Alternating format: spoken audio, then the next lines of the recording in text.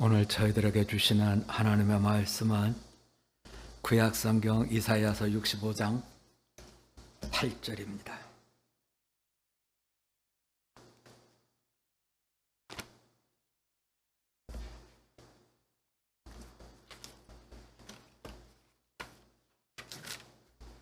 이사야서 65장 8절의 말씀을 이제 저하고 한 목소리로 같이 나누도록 하겠습니다. 구약성경 1046면입니다. 이제 다 찾으신 줄 알고 한 목소리로 같이 나누겠습니다. 여호와께서 이와 같이 말씀하시되 포도송에는 즙이 있으므로 사람들이 말하기를 그것을 상하지 말라 거기 복이 있느니라 하나니 나도 내 종들을 위하여 그와 같이 행하여 다 멸하지 아니하고. 아멘. 오늘 주신 말씀의 제목을 다 멸하지 아니하고 이런 제목을 붙였습니다. 우리 기억하기 위해서 한번 제목을 저하고 한번 같이 해볼까요? 다 멸하지 아니하고. 기억되면 좋겠어요. 다 멸하지 아니하고. 오늘은 광복절이에요. 이제 광복절에 대한 의미를 우리가 한 번쯤은 되새겨보면 좋겠는데요. 광복절의 의미를 되새기면서 이것이 광복이다, 저것이 광복이다. 이렇게 보는 것은 현상에서부터 출발하는 거죠. 성경은 현상에서부터 출발하는 게 아니라 본질에서부터 출발해서 현상에 대한 걸 해석하죠.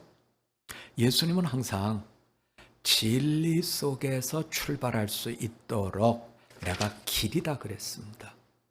자, 우리는 자꾸 현상에서 출발해요. 기도 생활을 하지만 현상 때문에 기도 생활을 하고 본질 때문에, 진리 때문에 기도 생활을 해야 되는데 뭔가 좀 뒤바뀌어져 있는 것 같은 때가 많습니다. 그건 말씀도 마찬가지고요. 자, 진리로부터, 본질로부터, 다른 말로 표현하면 종말로부터 오늘을 보는 겁니다. 마지막 때에 어떻게 될까 하는 종말로부터 오늘을 보고 종말의 진실 속에서, 종말의 진리 속에서 오늘을 우리가 해석해 주면 좋겠습니다. 이제 오늘은 이사야서의 마지막 말씀을 나누는 시간인데요. 물론 그 뒤에 66장이 더 있습니다만 오늘로 이제 말씀을 다 맺을까 합니다. 다 멸하지 아니하고, 이것이 이사야서의 마지막 부분의 말씀이고요. 다 멸하지 않는다고 하는 것은 하나님께서 징계를 통해서 사랑을 나타내 주셨고, 하나님께서 회복을 통해서 사랑을 보여주셨고, 하나님께서 새하늘과 새 땅, 오늘 우리가 보신 말씀의 마지막 부분을 좀 보면 새하늘과 새 땅에 대한 이야기가 나옵니다. 자, 25절을 좀 볼까요, 여러분? 25절입니다. 저하고 한번 같이 볼까? 시작. 이리와 어린 양이 함께 먹을 것이며 사자가 소처럼 즙을 먹을 것이며 뱀은 흙을 양식으로 삼을 것이니 나의 성산에서는 해함도 없겠고 상함도 없으리라 여호와께서 말씀하시니라. 이리와 어린 양, 사자와 소, 뱀, 모든 것이 더불어 같이 평화를 누리는, 그래서 해함도 없고 상함도 없는 하나님의 성산, 이것을 새하늘과 새 땅으로 우리에게 주고 싶어 하는 거예요. 왜냐하면 징계를 한 이유는 거기에 이와 같은 해함도 없고 상함도 없는 완결된 모습을 못 가졌기 때문에 징계를 했죠. 또 이런 속에서 회복을 시켜줬어요. 하지만 우리가 알다시피 징계의 날이라는 건 정말 어렵지요. 네. 정말 어렵죠. 우리가 시편 137편 여기를 보면 바벨론 강가에서 눈물로 싼 이야기가 시편 137편입니다. 우리가 하나님을 향해서 연주하던 수금을 가지고 바벨론 사람들이 노리게 삼아가지고 자, 노래 한번 해봐, 노래 한번 해봐 이러는 거죠. 그래서 내가 하나님께 드리던 찬양을 노예라고 하는 신분, 어쩔 수 없이 겪어야 되는 아픔 속에서 눈물을 머금고 연주를 하고 놀이개가 되는 그 이야기가 바로 시편 137편입니다. 얼마나 힘들었겠어요. 이게 징계예요, 여러분. 끌려가는 물리적인 것뿐 아니라 거기에서 겪을 때 우리의 심령까지 다 망가지는 거죠. 내가 왜 이렇게 살았을까? 내가 어쩌다 이렇게 됐을까? 하는 눈물로 보내는 세월의 이야기가 바로 징계라는 거죠. 자, 이것을 가지고 하나님은 회복을 주시면서 오늘 저희가 본 새하늘과 새 땅, 거기에는 이리 양, 사자소, 뱀이 서로 상하게 하는 게 없다. 마지막 종말, 하나님께서 주시고자 하는 그 자리에 섰을 때 이런 것을 누립니다 하는 말씀을 주시는데요. 자, 우리가 이사야서의 말씀을 쭉 매일매일 묵상하면서 주시는 새하늘과 새 땅의 이야기, 아, 이제 나한테 왔구나 하고 덥석 잡으면 좋겠습니다만, 오늘 우리의 제목을 보면 멸하는 얘기가 나오잖아요. 멸하는 얘기가. 그러나 다 멸하지는 않는다. 남은 자들이 있다. 이것이 새하늘과 새 땅에 들어가는 선택받은 자들의 선물이 됩니다. 자, 말씀 하나를 드리죠.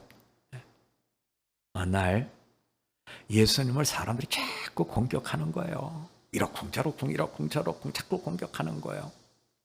그때 예수님께서 이런 말씀을 하셨어요. 어느 임금님이 아들 혼사를 하려고 사람들을 보내가지고 우리 집에 이런 경사스러운 일이 있으니 다 오십시오.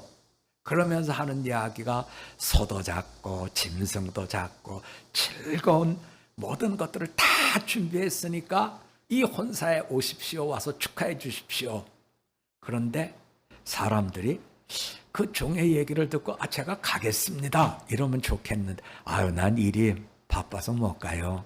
나는 지금 짐승을 많이 새로 구입했기 때문에 못 가요. 이렇게 거절을 하다가 자꾸 그래도 우리 임금님이 오라 그러시는데 가셔야 되지 않겠습니까? 그랬더니 그 종을 두드려 패갖고 죽여버렸다는 거예요.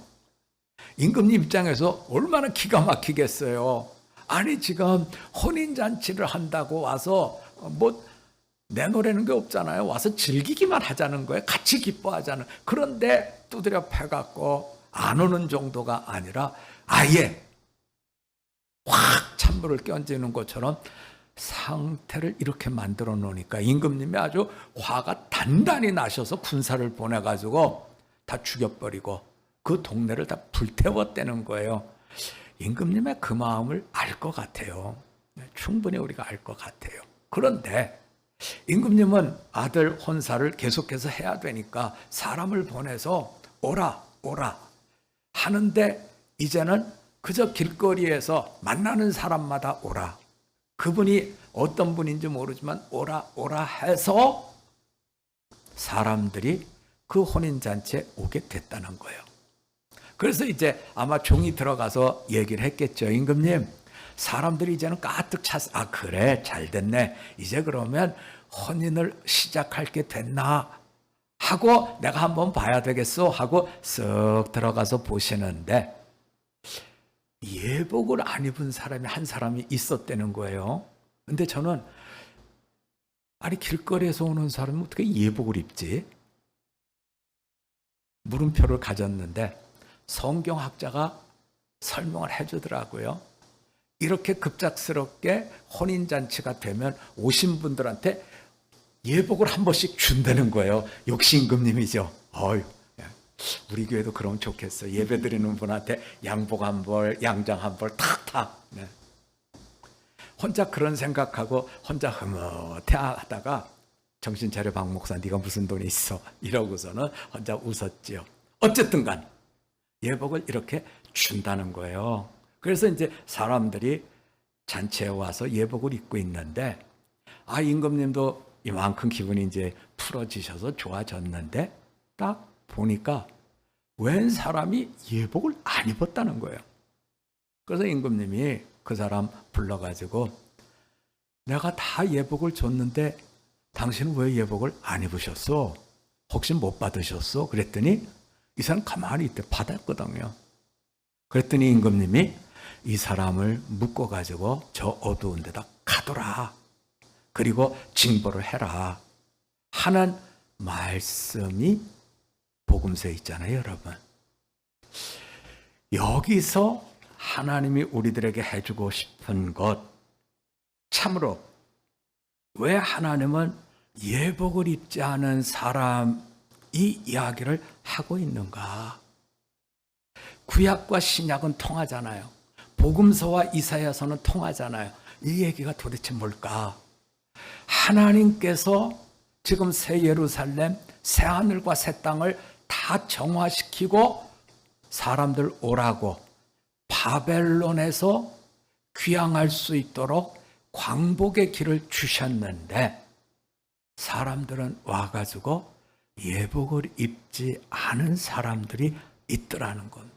그래서 예복을 입지 않은 것에 대해서 이사야서 65장에서 그 얘기를 많이 해요.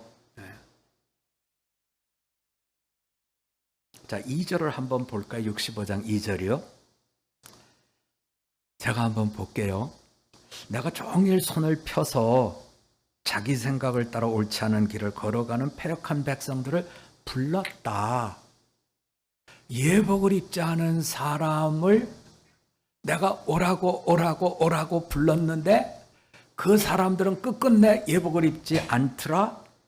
그 예복을 입지 않는 사람에 대해서 자기 생각을 따라 이게 옳다고 생각하고 가는 사람, 이렇게 지금 표현해 주고 있어요.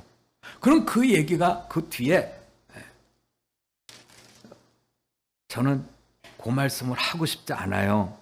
왜 그러냐면 그 뒤에 우상숭배에 대한 이야기가 아주 적나라하게 나와 있어요.